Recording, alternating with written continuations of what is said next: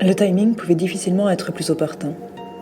À l'heure où le glas de notre liberté de circulation sonne, me voici à l'entrée d'une résidence d'artistes planifiée de longue date. Dans ce grand domaine surplombant la Méditerranée de tous les côtés, mi-ville, mi-campagne, le confinement a des allures de paradis. Un paradis où viennent nous caresser les vents de Provence que nous ne pouvons aller taquiner. Quand ai-je joui pour la dernière fois d'un espace aussi vaste que je peux considérer mien, même furtivement ? La résidence est une feuille blanche sur laquelle nous sommes libres d'écrire les personnages que nous ne cessons de devenir.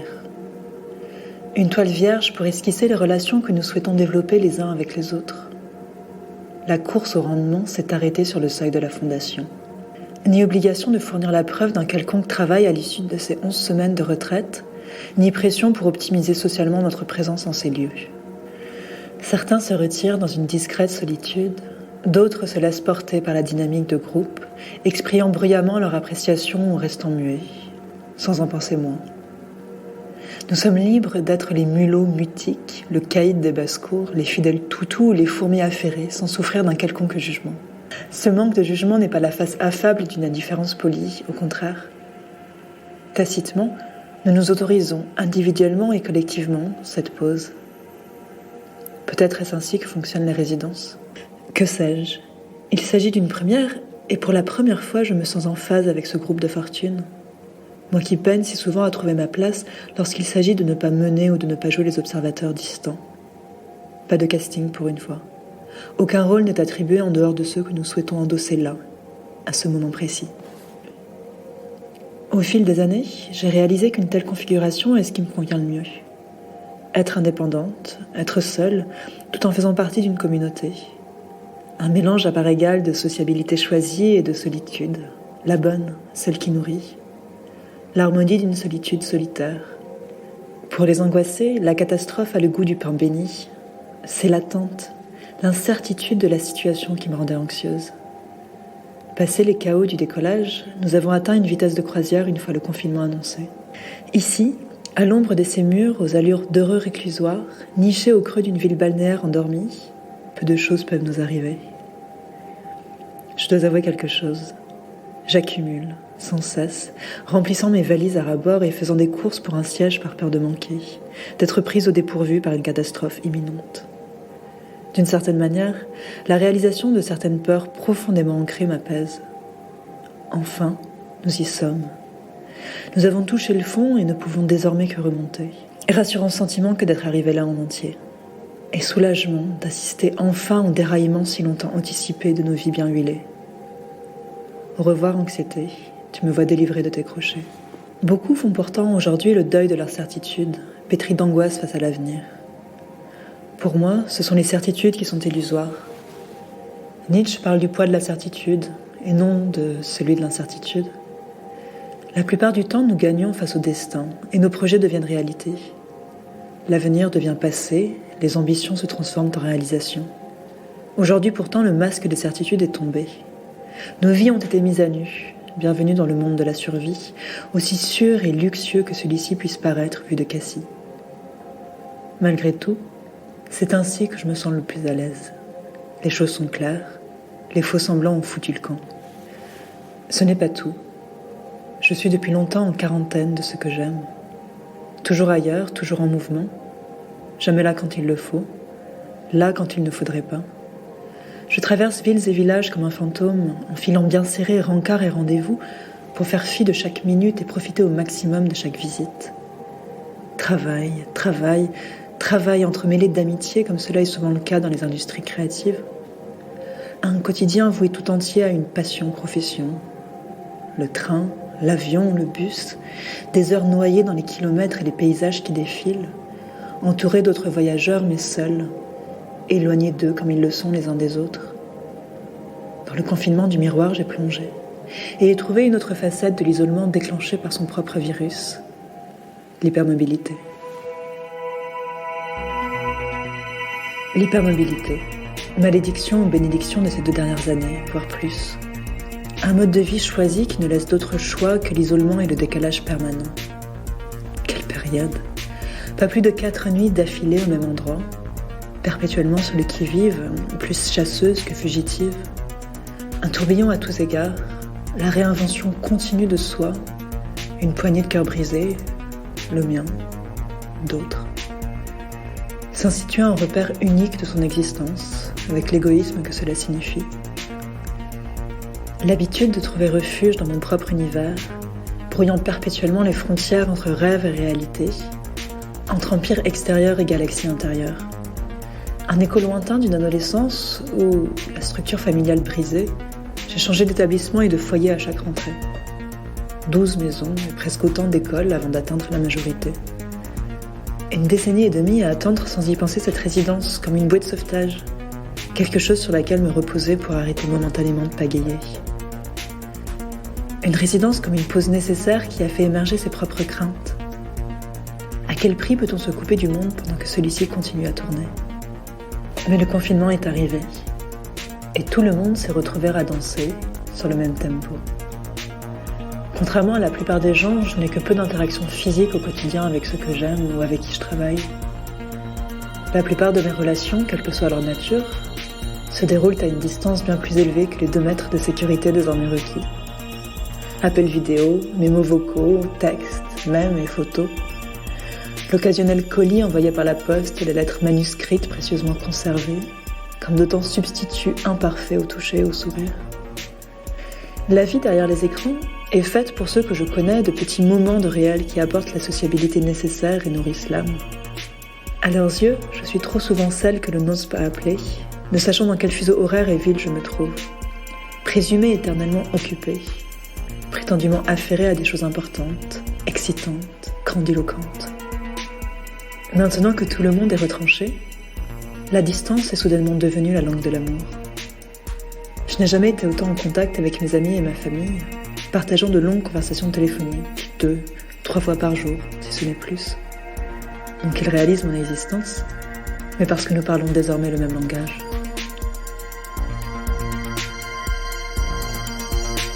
À l'heure des déclarations solennelles télévisées, mon esprit s'est envolé 2 semaines en convalescence. Tout comme la nécessaire récupération physique après une blessure ou une maladie grave signifie que les tâches les plus simples prennent parfois des heures à accomplir, j'ai l'impression que ma productivité est en chute libre, prise dans un trou d'air, réduite à n'être plus que l'ombre d'elle-même. Alors que l'épidémie est sur le point d'atteindre son pic, ma productivité suit la trajectoire opposée. Comme une contre-réaction nécessaire ? Ou le respect tacite de la gravité de ce qui se déroule en dehors de la rassurante bulle dans laquelle je flotte ? J'accuse le contre-coup de l'énergie déployée à s'adapter au plus vite à cette nouvelle situation, ainsi que de quelque chose de plus profond, une fatigue mentale que je ne peux plus ignorer. Mon cerveau mérite cette pause. Il se réapproprie l'espace et le temps qui lui ont été refusés pendant si longtemps. Remettre les pendules à l'heure, vivre pleinement cette sérieuse décélération. Immobile, un toit fixe sur la tête et les placards pleins à craquer de provisions, mon cerveau prend sa revanche et impose des vacances bien méritées. Il sait que je peux me débrouiller sans lui, que lorsqu'il daignera revenir, je serai là, captive d'une pandémie mondiale. Pas d'incitation à anticiper la reprise du quotidien et des projets laissés à l'abandon sur le bas-côté. Il n'y aura pas de retour à la normale. Le spectacle ne reprendra pas comme avant. Enfin, pas tout de suite. La perturbation aura été trop forte, trop longue pour cela. Le contenu et le calendrier de chaque envie seront réétudiés. De nouvelles idées verront le jour, des projets préexistants prendront le chemin des abandonnés. Impossible de se contenter de reporter nos ambitions de quelques mois, voire une année. Il s'agit de tout réévaluer collectivement, conservant ce qui compte vraiment, maintenant, et ce qui comptera plus tard. Nous verrons l'aube avec un regard nouveau, au moins pour un certain temps.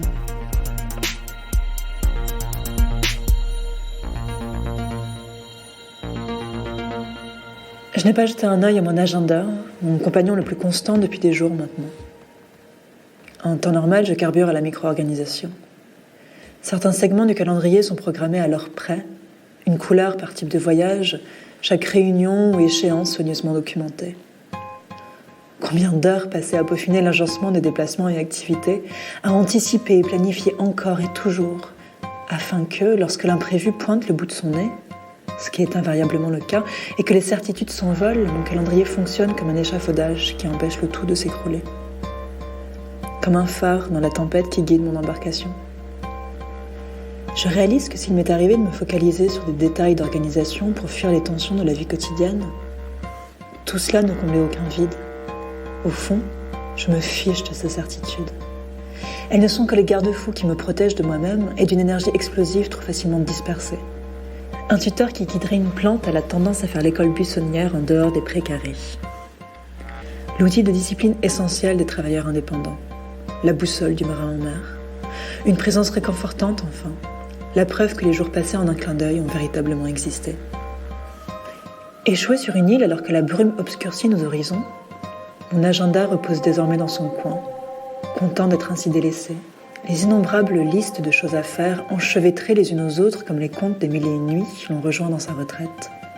Elles n'ont plus d'utilité. Au fur et à mesure que le brouillard tombait, la pression s'en est allée. Quel soulagement de ne plus avoir à se battre et à courir sans arrêt. Deux tourments auto-imposés, évidemment, alimentés par la peur du manque, et celle de ne pas avoir vécu ma vie aussi intensément que possible. Comment conserver cet état d'esprit une fois tout cela terminé ?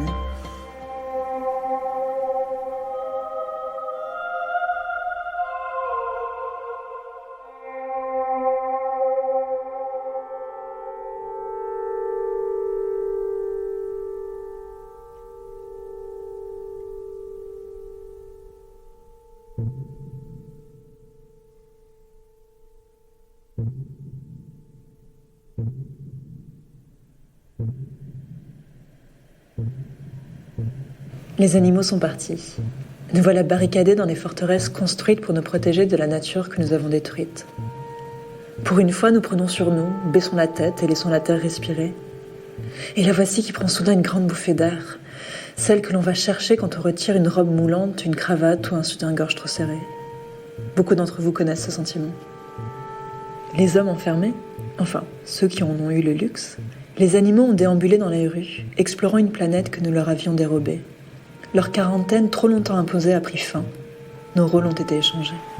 Désormais terrés dans nos propres tanières, nous regardons les animaux sortir et reprendre possession d'un espace en théorie partagé. Plus de risque d'être abattus, écrasés par une voiture, dérangés pendant la période de reproduction ou de nidification par les passants et les amateurs de plein air, par les marteaux-piqueurs, par les hameçons, par les balles. Pour une fois, nous voici parqués dans des réserves. J'aimerais que biches, renards et lapins viennent tirer la langue devant nos fenêtres. J'accueillerais cette manifestation de dédain avec joie, pour le simple plaisir de les voir saisir à pleines pattes une liberté dont nous sommes actuellement privés. Mais ils sont tellement occupés à profiter de notre absence que pour une fois, nous sommes le cadet de leurs soucis. Être confiné, c'est réapprendre aussi à écouter. D'abord le chant des oiseaux, maintenant que le ronflement des moteurs s'est estompé.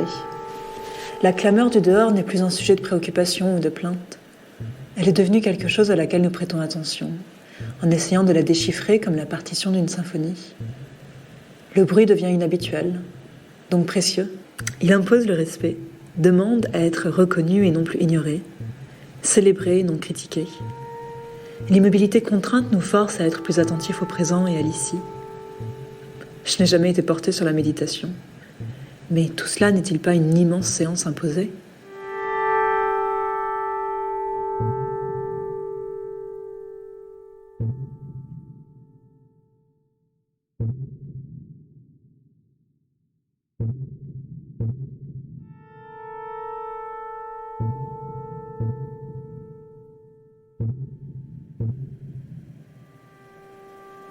J'ai remarqué vers la 5e semaine un spectacle inhabituel.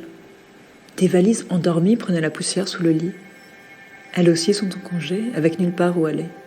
Pendant une fraction de seconde, j'ai peiné à me souvenir ce qui a constitué un élément d'une bande-son désormais obsolète. Le vrombissement des roues sur le trottoir, le bruissement de la fermeture éclair. Ou était-ce un doux crissement ? Les moutons de poussière forment un matelas dont l'épaisseur croissante devient l'étalon hors du luxe que représente cette immobilité. Parlons argent, si vous le permettez. Ce dernier a fait surface au premier jour du confinement. J'ai d'abord pensé que dans une situation pareille, achats en ligne et autres frénésies consommatrices s'imposeraient comme un moyen d'échapper au quotidien ou de l'agrémenter. L'argent me semble pourtant désormais d'autant plus précieux que je ne peux le dépenser aussi facilement que d'habitude. À moins qu'il ne s'agisse d'anticiper, encore, les temps difficiles à venir, lorsque tout cela sera terminé. Lorsque, résidence et quarantaine pliées, les dépenses augmenteront de nouveau, tandis que le ralentissement économique commencera à se faire sentir.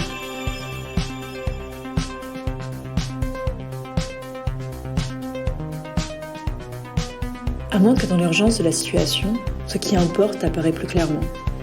Au fond, lui, la certitude que toute consommation n'ajoutera guère à ce qui est déjà là.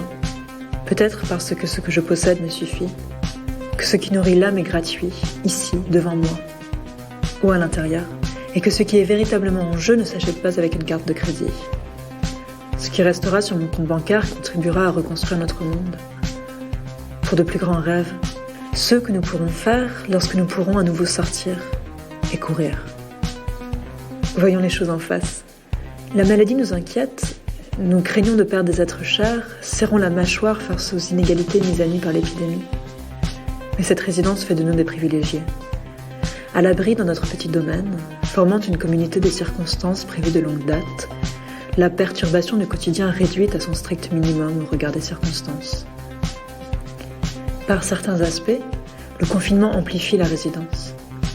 C'est un relâchement nouveau et bienvenu de l'espace et du temps, couplé au luxe de se sentir ancré ici, sans rêver pour une fois à d'autres horizons. J'ai arrêté de lire le journal, et quand je le fais, ce n'est non pas pour me rassurer, mais pour me tenir informée.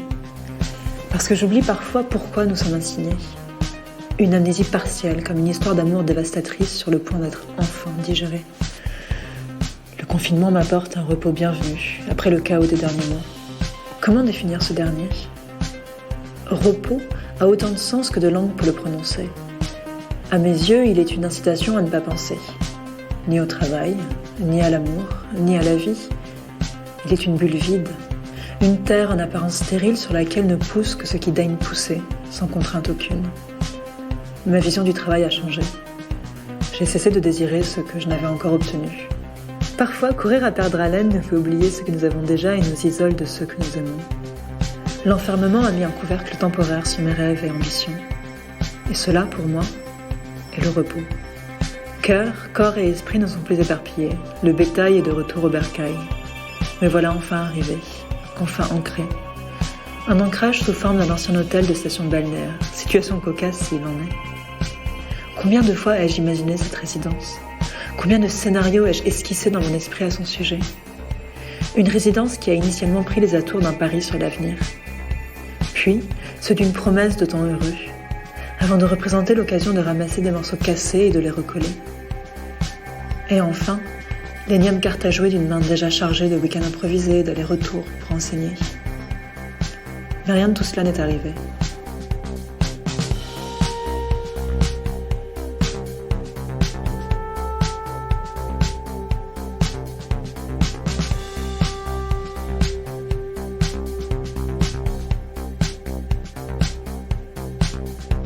Le calme et la solitude si longtemps désirés m'ont été servis sur un plateau. Heureuse naufragée, échouée sur une presqu'île, pour réfléchir au passé et envisager un avenir dont j'ignore tout. Se préparer à rien, en quelque sorte. Anticiper le futur sans carte, ni destination. Si habituée à draguer lourdement la vie jusqu'à ce qu'elle se plie à tous mes rêves et désirs, me voilà forcée à regarder dans le miroir et scruter, au fond de moi, ce que je veux vraiment et ce que je suis. Il est là le repos. Lorsque les projections économiques manquent de se réaliser en dépit de leur rassurante certitude, d'innombrables grilles de lecture alternatives surgissent. En levant les yeux vers les étoiles du printemps, les astrologues y ont lu une période de ralentissement. De tous les signes du zodiaque, nous, natifs de Mars, n'aimons rien d'autre que de se réfugier dans les eaux fécondes de notre imagination. Est-ce une coïncidence si tout cela a débuté sous le signe des Poissons ? Voilà comment je ressens les choses. Le monde extérieur s'efface, me permettant de me retirer complètement dans le mien. L'enfermement ne pouvait arriver à un moment plus opportun, comme si la conscience du monde s'alignait avec les soubresauts de mon âme. Une envie maintes fois reportée de déposer les armes et d'embrasser le calme que j'associe habituellement au vide et par conséquent à la mort. Par le mouvement qu'il crée, l'état de déséquilibre est la condition même de la vie, des cellules, au soleil, de la mer, aux esprits. Confiné, l'univers entier semble désormais danser sur cette mélodie aquatique, flottant dans une bulle libérée des contraintes du temps, dans ses variations à court et moyen terme. À l'aube de la 3e semaine, les appels téléphoniques se sont taris, comme la sauce dans l'été sec. Les plis se prennent, de nouvelles habitudes se forment et chacun se referme un peu sur soi-même pour digérer le bouleversement. La réaction naturelle à l'explosion sociale nécessaire et rassurante, fut-elle virtuelle, de la première quinzaine de confinement. L'annonce de la prolongation n'a suscité qu'un soulagement de ma part. En toute honnêteté, je me sens protégée ainsi confinée. Au crépuscule du premier mois, cependant, une énergie nouvelle a pris place, comme la sève des jeunes pousses qui montent vers le soleil. Un besoin impérieux de bondir, de saisir le monde et de faire bon usage de cette expérience inhabituelle. La fin de la quarantaine a sonné le glas. À 1000 bulles d'ici, Idir, chanteur de mon enfance, s'en est définitivement allé, mettant à nu mon refuge et me ramenant soudain à la réalité. Son œuvre a contribué à cette résidence à travers un projet momentanément avorté sur les archives de la musique kabyle. Alors que nous rouvrons doucement nos volets sur le monde, son absence prend la forme d'un rendez-vous manqué. D'un rappel nécessaire qu'au-delà des murs de ma retraite, la vie, comme la mort, n'ont jamais cessé, et qu'il s'agit maintenant de revenir dans la danse.